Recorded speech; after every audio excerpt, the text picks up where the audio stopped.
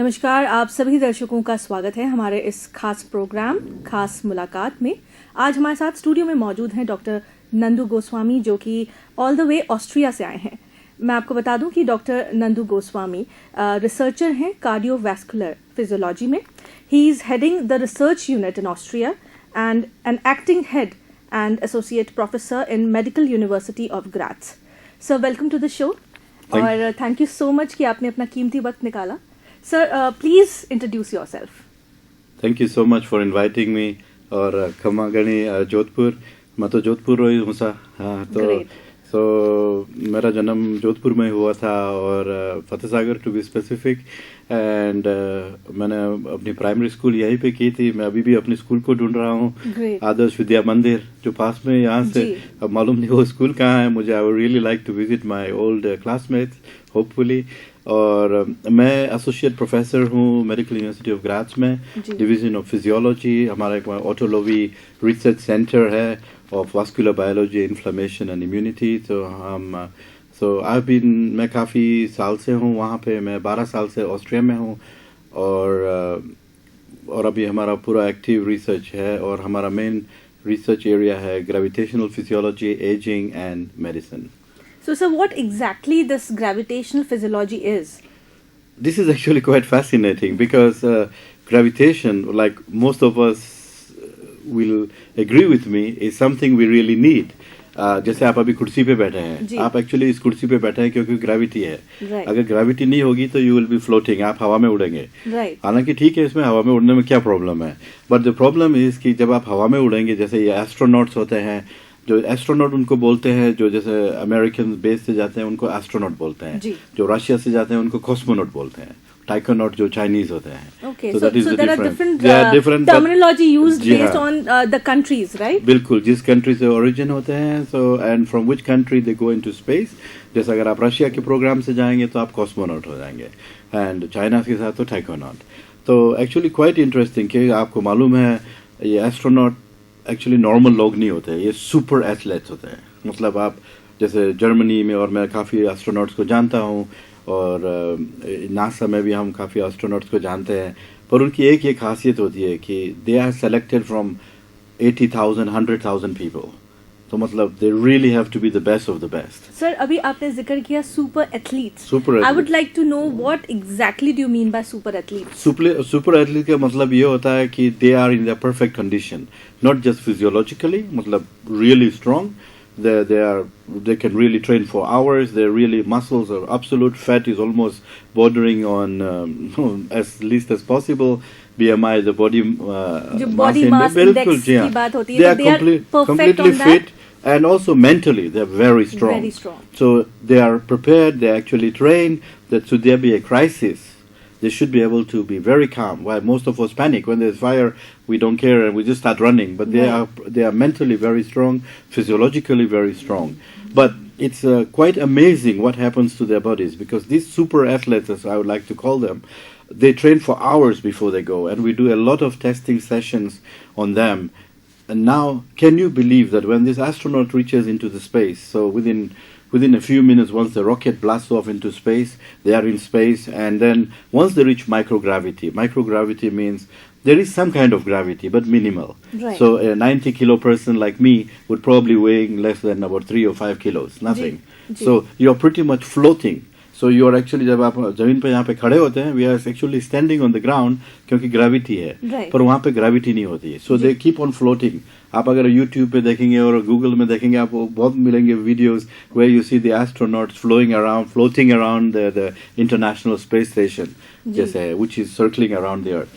पर उनके उसमें डिसएडवांटेज ये है इसकी, क्योंकि उनके पास ग्रेविटेशनल लोडिंग नहीं होती, so they begin to lose their bone and muscle. Okay. क्योंकि हमें ये ग्रेविटी बहुत जरूरत है, क्योंकि जब हम वॉक करते हैं अर्थ पे, the gravity hits us back, and because of this reaction, Newton's third law, action and reaction, we keep on loading our bones, and because the muscles are on the bones, they are all maintained. Right. But in space, they lose pretty much a lot of these muscles and at a faster rate, at indeed. really at a bad rate. Right. And of course, there are some training programs available for them, but they lose the rate. They lose the muscle and the bone. In fact, it's quite scary. And we must never forget कि ये दिल, the heart is a muscle, okay, that is not a bone. Right. So जैसे आपको मालूम है, जो लोग gym में जाते हैं, ट्रेन करते हैं, they have more muscles. Is the same with the heart. जब आप हार्ट को ट्रेन नहीं करोगे, so the heart will begin to get weaker. Right. And this is what happens in space में. उनको एक्चुअली जरूरत नहीं है, so they just hanging around and वो लटक रहे हैं हवा में, so they don't need the bone and the muscle. They lose the bone, it doesn't matter anyway. एक बहुत ही बेसिक क्वेश्चन होगा, हाँ जी. कार्डियोवैस्कुलर फिजियोलॉजी की बात करें तो definitely it is related to your heart. Absolutely. Right. And जैसे आप ये मूवमेंट करते हैं, सिट टू स्टैंड, जब आप खड़े होते हैं, ब्लड जाता है आपके पैर में, but you need the muscle pump. आपको ये मसल चाहिए जो पैरों में होती है, ताकि आपके हार्ट में आ जाए, क्योंकि हार्ट जो पंप करेगा, जो उसमें आएगा जितना खून. जी. पर आप खड़े हो गए, पर जब ये मसल पंप नहीं कर सकती वापस, तो हार्ट के पास कम होगा खून, तो वो क्या पंप करेगा, तो उसमें प्रॉब्लम हो जाती है. And astronauts lose a lot of this muscle. जब तक वो आकाश में है, इट्स फाइन, क्योंकि उनको जरूरत नहीं है. But the problem is when you come back. जब वो वापस धरती पे आते हैं, तो उनकी सबसे पहले ये प्रॉब्लम होती है, जब भी वो निकलते हैं बाहर, वो खड़े होते हैं, आधा लीटर ब्लड उनके पैरों में जाता है, पर उनकी मसल नहीं है वो, क्योंकि उन्होंने मसल की काफी वो लॉस किया हुआ है उन्होंने.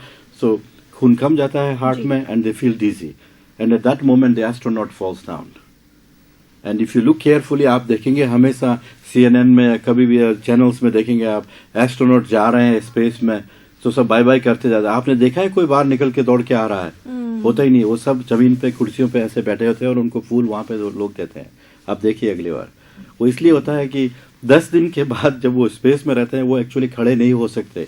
And this is quite fascinating, क्योंकि आप देखिए काफी मतलब 100 में से 80% जो मैन है, उनको भी प्रॉब्लम होती है, बट जो लेडीज जाती है, उनको ऑलमोस्ट 100% उनको प्रॉब्लम होती है. तो there is also a different between the cardiovascular physiology of man and women, and you can see that in astronauts very clearly. Is it? Like, how different is it like? It is quite really bad, because we only ask the astronauts many times to do this sit to stand test for 10 minutes before they go into the mission.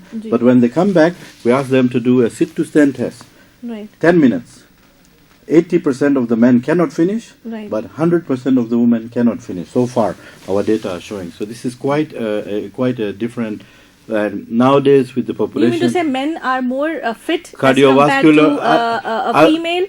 You mean to say? I wouldn't use the word fit. I think it's just that we have a different cardiovascular system, and we need sympathetic activity. हमारे शरीर में 2 system होते हैं, parasympathetic, and the females have a different resetting of that. Let's put it like this. So I You think just now gave a ratio that 80% men and 100% women. How woman- does that ratio comes out?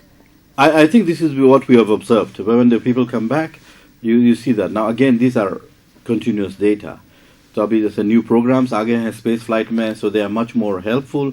So in space they have a lot of programs जिसके उनके लिए वो train करते हैं, and they seem to be working now. But so far we have a clear. So that is why for me, as a medical doctor with the training in cardiovascular physiology, मुझे ये बहुत interesting लगता है कि ये super fit लोग जो मतलब अपने मतलब जिसको कहते हैं इनसे फिट हो ही नहीं सकता कोई, एंड ये लोग खड़े नहीं हो सकते 10 मिनट के पास, जो हम हर समय करते रहते हैं पूरे दिन. कितनी बार, हजारों हम उठते हैं, 100 दफे हर बार उठते हैं बैठते हैं. ये कर नहीं सकते astronaut when they come So sir, back. I would like to ask you that how this is research unit of yours is, what is the basic focus on, because it's a very broader Sure. term, gravitational physiology. What is the niche activity which you do in this particular segment?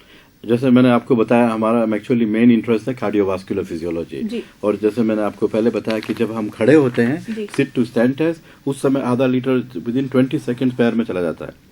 अगर वो इतना खून नहीं आया brain में, तो आपको शरीर अपना ऑटोमेटिकली गिरा देता है. क्यों? क्योंकि जब इंसान गिर जाता है, वो ब्रेन और हार्ट एक लेवल पे हो जाता है, तो वो अपने आप खड़े हो जाते हैं लोग. तो आप पानी डालो या कुछ भी डालो, वैसे भी खड़े हो जाएंगे. तो ये ऐसी हमारी बॉडी काम करती है. So we try to understand this. अच्छा, ये और इसको बोलते हैं ऑर्थोस्टैटिक इंटॉलरेंस. मतलब सिंपली प्रॉब्लम ये है कि जब आप खड़े हो आपको चक्कर आता है, और ये चक्कर एक्चुअली आपको मदद कर रहा है, क्योंकि जैसे ही आपको चक्कर आएंगे आदमी लेट जाता है या औरत लेट जाती है, और उस समय वो ब्लड आ जाता है ब्रेन में, तो they feel better. So this is the difference actually.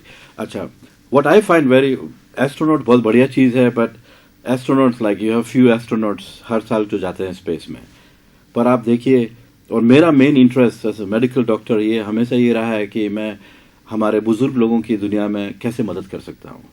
और ये हमारा मेन फोकस अभी है काफ़ी सालों से, कि how to connect space flight with ageing.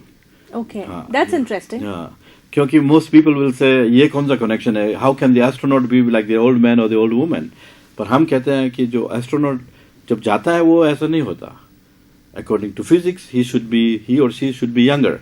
But मैं कहता हूँ yes, nanoseconds. But physiologically, they are actually worsened by up to 2 to 3 years of their lives. Not that they get older, but I'm talking about the physiological systems behave like they decondition उनको बोलते हैं.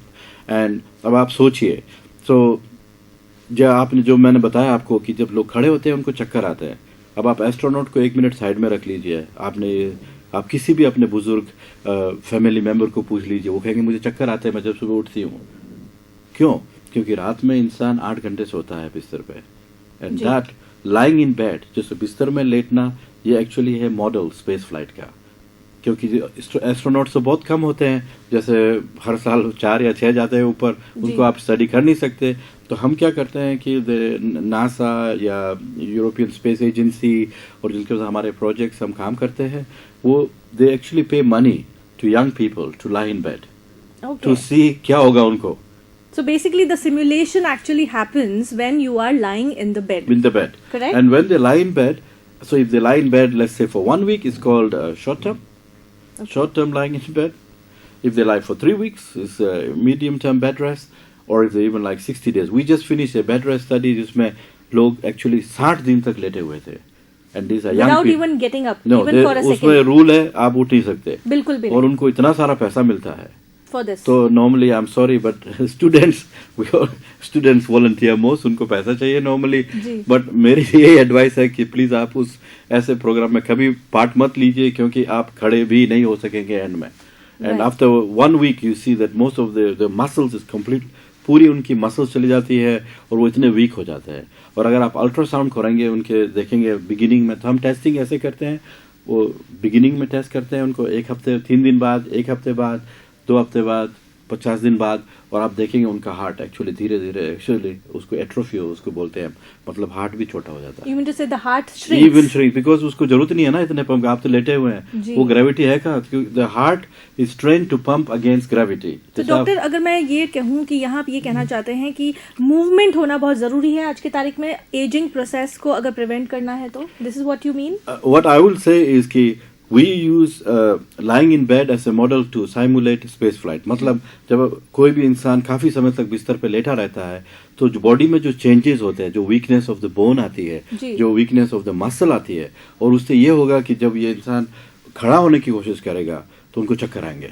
और अब आप जानते हैं कि जो बुजुर्ग लोग हैं, उनको आपको पैसे देने की जरूरत नहीं है बिस्तर में लेटने की, because of either some dialysis treatment चल रहा है उनका, या उनको यूरिन इन्फेक्शन होता है या लंग इन्फेक्शन होता है, तो दे लाई इन बेड. अगर आप देखिए, अगर हॉस्पिटल में जाके देखिए, काफी समय तक कि बुजुर्ग एक्चुअली बिस्तर में लेटे रहते हैं.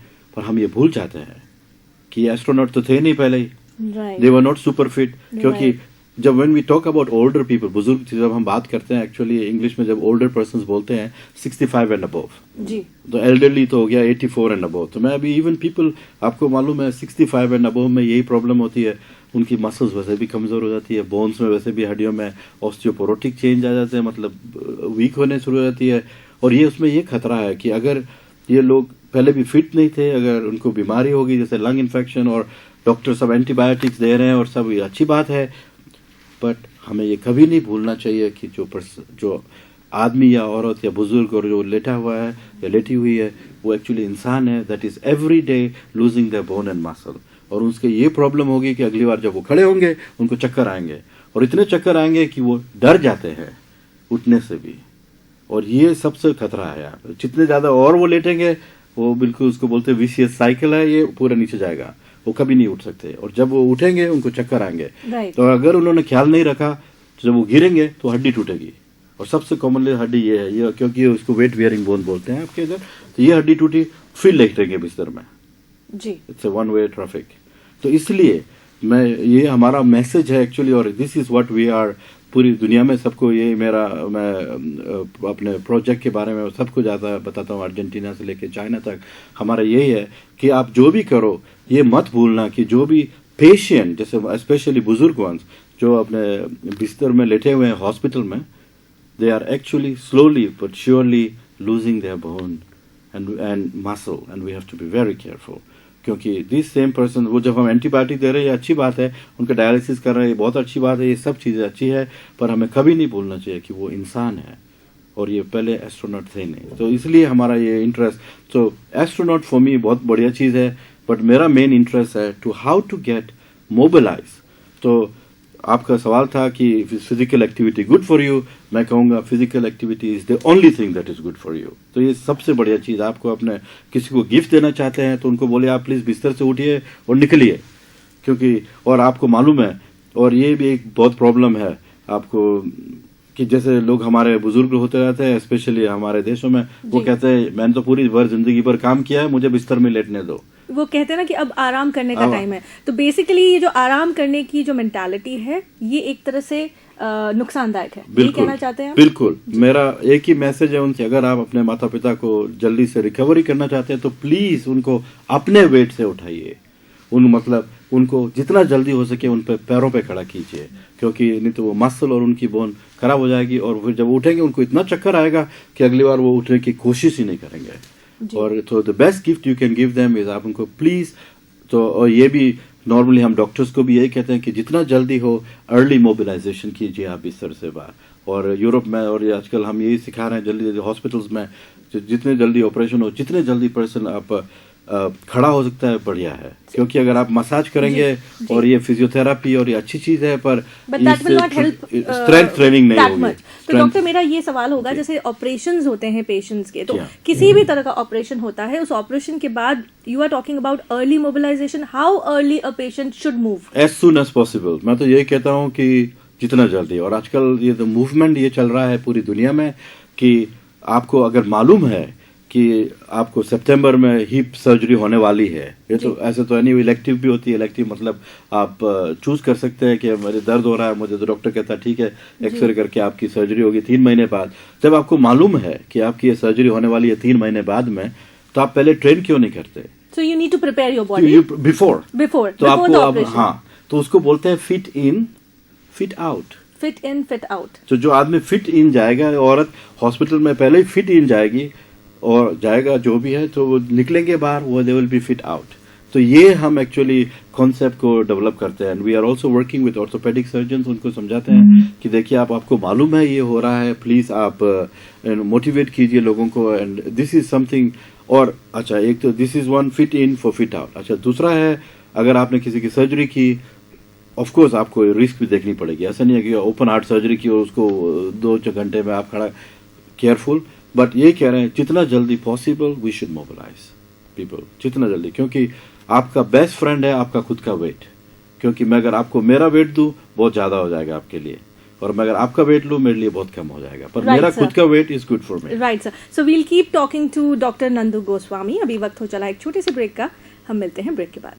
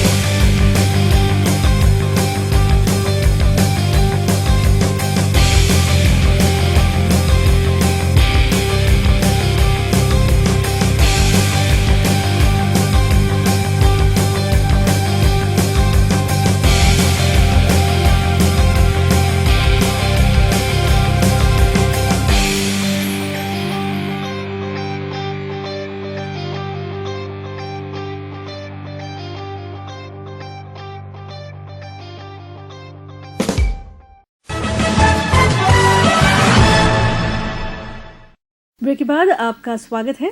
मैं दर्शकों को बताना चाहूँगी कि आज हमारे इस प्रोग्राम खास मुलाकात में हमारे साथ मौजूद है स्टूडियो में ऑस्ट्रिया से डॉक्टर नंदू गोस्वामी, जो कि हेड ऑफ रिसर्च यूनिट है medical university of Graz, Austria, and he has specialized in space flight and its effect on the body, and we are also talking about aging and medicine. So doctor, before we went on a break, we were discussing a lot of things about aging as well as space flight. Now my question is, what are the measures which can be taken, like how we can stop these after effects? Good. That's a very important question क्योंकि as we said, astronauts are national heroes, and not many countries have many astronauts. Right. So ये बहुत बड़े और बहुत important लोग होते हैं. तो अगर आप किसी को मिशन पे भेज रहे हो जिस मिशन में इनके मसल और बोन अगर डिकंडीशन हो जाए तो ये तो अच्छी बात नहीं है. Right. एंड स्पेशली अगर if you are planning to go to Mars, क्योंकि मार्स में आप जाएंगे तो नियरेस्ट शॉर्टेस्ट टाइम होगा 230 दिन एक तरफ. तो आप जब 230 दिन उस तरफ जाएंगे तो पूरी मसल्स इतनी डिकंडीशन हो जाएगी कि आपको प्रॉब्लम होगी वापस आने में. तो और एक तो ये, दूसरा ये कि मार्स पे भी ग्रेविटी है. जब वहां पहुंचेंगे तो इतनी बॉडी डिकंडीशन होगी तो खड़े कैसे होंगे वहां पे. So astronauts, as I said, super fit people, national heroes, तो उनके लिए बहुत सारे प्रोग्राम्स डेवलप किए हुए हैं. But one programme that stands out above everybody is exercise training. Right. और आप सोच सकते हैं कि एक्सरसाइज की ट्रेनिंग का मतलब ये नहीं होता कि आप वेट लिफ्ट कीजिए, क्योंकि वेट तो होता नहीं है वहाँ पे. सो आप कितने भी 60 किलो आप एक फिंगर में ही घुमा सकते हैं. तो देयर इज नो वेट है, नहीं तो ग्रेविटी है ही नहीं. वो जो आपके जो डम्बेल्स या जो भी आपके हाथ में है उनमें वेट ही नहीं है. So there is a special device they call RED, resistive exercise device, that the astronauts really train on that. और वो बहुत काम की डिवाइस है, क्योंकि अब जो रिजल्ट्स आ रहे हैं आजकल बता रहे हैं कि एस्ट्रोनॉट्स बहुत ही फिट लोग होते जा रहे हैं. Actually even after being in space they come back quite in a good shape. मतलब काफ़ी अच्छा एक्सरसाइज मशीन्स हैं और वो ट्रेन करते हैं. पर आपको ये विश्वास नहीं होगा कि वो घंटे ट्रेन करते हैं. कोई कोई तो 2-3 घंटे हर दिन ट्रेनिंग करते हैं. So this training takes place in space? In space. Or before they go for the mission? Before they go, they are trained already, of course, but in space, because that's where the trouble, तो उनको problem तो space में होती है. So they train a lot there. और आपको ये भी नहीं भूलना चाहिए कि स्पेस वो तो शॉपिंग सेंटर तो है नहीं, तो आपके पास फूड आपको साथ लेके जानी पड़ेगी. आप वहाँ कुक कर नहीं सकते. So it's pretty much soup. So जो आपको जो भी फॉर्म फूड है they mix it with water and drink. And so it's not really all the optimal hot गरम गट्टा एंड ऑल दैट. वो नहीं होगा वहाँ पे. It's like as if they are taking a medicine. It is really they're just doing a formality. Exactly. And then you are losing your, of course, these are all work together with nutritionists, so there is a big nutritional element, मतलब खाने में भी वो उनका है. And but the main program that helps them is exercise. और वो resistive exercise training. अब एक न्यू डिवाइस आई है जिसमें वाइब्रेशन भी होता है. तो वो डिवाइस वाइब्रेट करती है ताकि उनसे ना बोन और मसल्स में उसमें लोडिंग होती रहती है.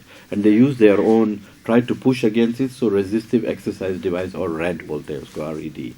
तो ये डॉक्टर, मेरा ये सवाल आपके लिए है कि जिस तरह से एस्ट्रोनॉट्स की मदद होती है रेड से, क्या हम ये ओल्ड एज लोगों के लिए भी यूज कर सकते हैं? Excellent question. मैं वही वेट कर रहा था आपके सवाल. एक्चुअली यही मेरा जीवन का मकसद है.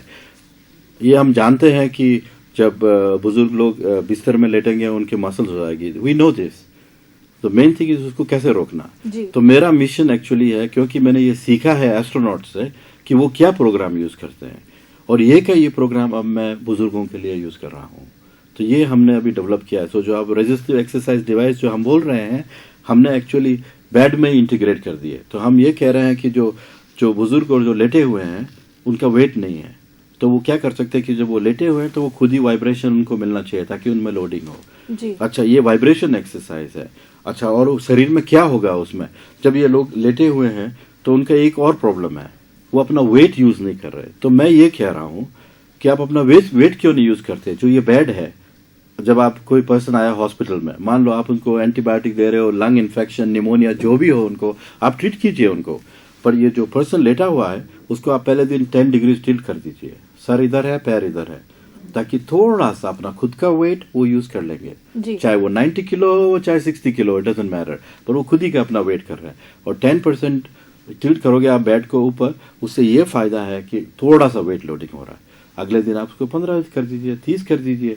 और आपको मालूम है कि 10 दिन में ये घर जाने वाले हैं, तो जब लास्ट दिन में आप ऐसा टिल्ट कर दीजिए ताकि वो खुद ही अपने आप को ट्रेन कर रहे हैं और उसके साथ उनको वाइब्रेशन भी मिल रहा है, तो मसल्स भी खुश है, बोन्स भी खुश है और वो इंसान भी खुश है क्योंकि उनकी लोडिंग हो रही है। और यही हम एक्चुअली अभी पूरी दुनिया में सिखा रहे हैं और ये मेरा अभी पूरा फुल मकसद, पूरे जैसे कहते हैं ना, my life long ambition is to make sure that there should be nobody suffering in old age with this, and we are now consulting with everybody, trying to go to hospitals and also to private clinics, but more importantly also to people at home, trying to say, can we just tilt your bed a little bit, क्योंकि it is these people, ये जो आप move कर रहे हैं, जो move कर रहे हैं हर दिन जॉगिंग जाते हैं, these are not the people I am targeting, क्योंकि these are super fit people, इनको जरूरत नहीं है। बट जो सबसे ज़्यादा नुकसान होता है हेल्थ का, मतलब फिजियोलॉजिकली, साइकोलॉजिकली, अब आप सोचिए कितना ट्रॉमा होता होगा एक बुजुर्ग को या लेडी और आदमी को, वो अगर उनकी अगर हड्डी टूट जाए और वो हमेशा बिस्तर में रहे और उनके जब अब फीसिस और सब वो पास कर रहे हैं, ये कोई प्रोफेसर था पहले, अब ये हालत है, तो वो रहना भी नहीं चाहते। तो वो we don't talk only about physiology, उनके आप क्वालिटी ऑफ लाइफ भी देखिए। तो क्वालिटी ऑफ लाइफ और फिजियोलॉजी को अगर मिला के साथ में, तो हम ये क्या करते हैं कि ये मेरा मिशन है, and now we are working together trying to develop this beds. Actually we already have the prototype, we develop the beds जो हॉस्पिटल में यूज होंगे, and also give them exercise. और ये हम डॉक्टर से भी काफी बात कर रहे हैं, हर जगह दुनिया में कह रहे हैं कि आप प्लीज भूलिए मत कि ये बुढ़ा या बुजुर्ग जो भी है, ये actually they need to move. Right. So doctor, availability क्या है? जैसा कि आपने कहा that there are special beds available as well as there are devices who works on the physiotherapy part. बिल्कुल, right? How easily available it is right now? They are available, but I think what is missing is this combination of nutrition, cognitive training और ये exercise. क्योंकि खूब सारी companies कहती है आप protein लीजिए सब ठीक हो जाएगा, प्रोटीन से नहीं होगा एलोन, आपको एक्सरसाइज के साथ कॉम्प्लीमेंट करना चाहिए। अच्छा, फिर तीसरा एंगल ये है वो कॉग्निटिव ट्रेनिंग, जो लेटे रहते हैं।